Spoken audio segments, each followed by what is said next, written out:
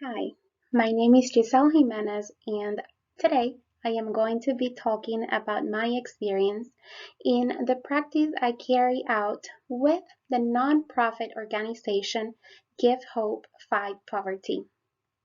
I was in charge of carrying out an investigation into the contamination caused by stoves in developing countries and how they affect the health of the inhabitants of the area. Despite of the improvement in certain regions of the world, in general, air pollution has gotten worse, meaning that citizens in developing countries now face an even higher risk of health conditions. Globally, 91% of the total population is estimated to breathe polluted air, while both household and ambient air pollution it is responsible for 7 million of deaths in 2016. The World Health Organization estimates that about 3 billion people in developing countries are using pollutant fuels, which are the primary source of hazardous air pollutants. The overexposure to hazardous air pollutants can be associated with chronic respiratory diseases, cardiovascular diseases, decline in cognitive function, diabetes, cancer, and even the premature deaths. The main purpose of my research it was to find a viable option that can reduce the emission of gases produced by stoves in underdeveloped countries. I developed this research together with the nonprofit organization, as I mentioned before, Give Hope Fight Poverty, that it's dedicated to help communities in Eswatini, Southern Africa. The population of Eswatini is well known for the high incidence of HIV cases, which is why it's very important to prevent them of getting sick. Also, because of the pollutants that it's producing their cook stoves. As of 2016, Eswatini has had the highest prevalence of HIV among adults aged 15 to 49 years old around the world. That is about 27% of the total population around the world having HIV. If we add to this situation the pollution of the stoves and all of the secondary effects that these can produce, the situation can be fatal and can have fatal effects in a short and also in a long term. Therefore, the organization is looking for solutions to avoid the overexposure of these pollutants, finding ways that people can continue cooking and eating without affecting their well-being.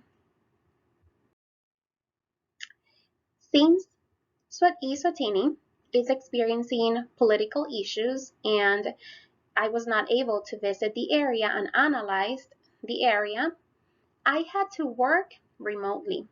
The project at first was a little bit challenging for me because I was trying to find a good solution to the main problem without being sure what was viable for the area.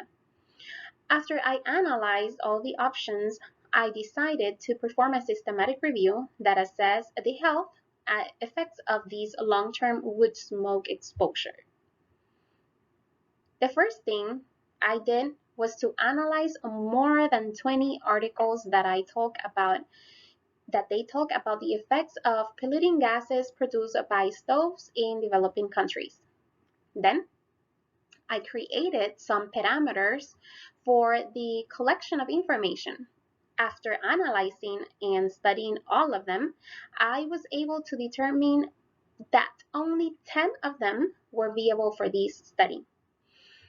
Only articles that were directly related to the main topic and that did not exceed more than 6 years was the one that I chose, the ones that were eligible for this study. After having carried out the systematic review and having studied how the different developing countries such as India, Mexico, China, Guatemala, Nicaragua, and Kenya have worked on this situation at the public health level, I was able to reach the conclusion that the fastest and the most effective way to reduce pollution in Eswatini will be by building fireplaces near each stove. These would help the gases to do not concentrate inside of the kitchens and to go outside of the houses. This alternative would be viable for few years and it will not be a final solution to this issue. In houses that in low-income countries, the windows are wide open and the smoke can re-enter the house. Therefore, the chimney would be a temporary option. The contamination will also decrease, but it will not be eliminated. This will also significantly reduce the disease, which is what we want, caused by the overexposures to pollutants produced by stoves, since the distance between the pollutants and the inhabitants of the houses will be much more greater. This is an ongoing investigation and it will be very important to continue it in order to solve this serious public health problem that is affecting many countries around the world. To be honest, I wish I could visit the place to find a final solution to this terrible issue. I would have recommended for a future research on this issue that a viable and fully effective solution be investigated that could improve the health of the inhabitants of developing countries, including, of course, Eswatini, Africa. During all of this research, I learned a lot from this experience, but above of all, how we overvalue the essential services we have at our disposal. It was shocking to see how what is for us a simple stove is killing millions every year. It is time that as health professionals we help others and we find solutions to improve the quality of the life of the poor and the unfortunate population that is around us. This was a great project with which I learned how to apply all the what I learned in my master's degree and apply it to a real life situation. And as I always said, the most important thing is to learn and to apply what it says in the scriptures. As Christians, we must follow what it says in Proverbs 19:17. Those who are gracious to be poor lend the Lord, and the Lord will fully repay them. Have a blessed day, and thank you for being here.